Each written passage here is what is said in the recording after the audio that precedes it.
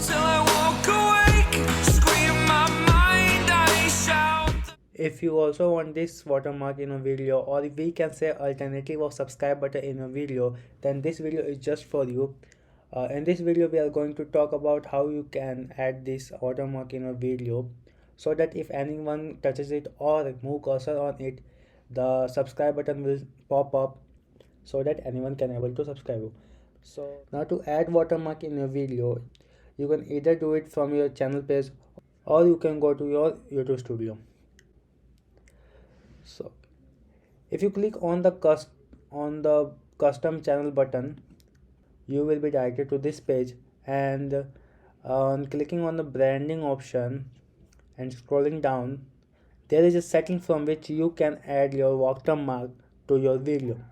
So you just need to upload a image which should be less than 1 MB in size and 150 cross 150 pixels. So I'm going to upload one of my picture.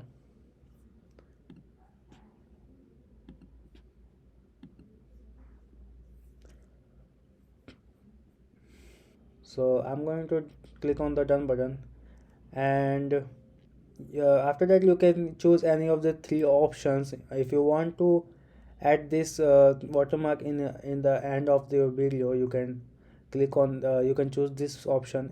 If you want custom start time, then you can choose a custom time.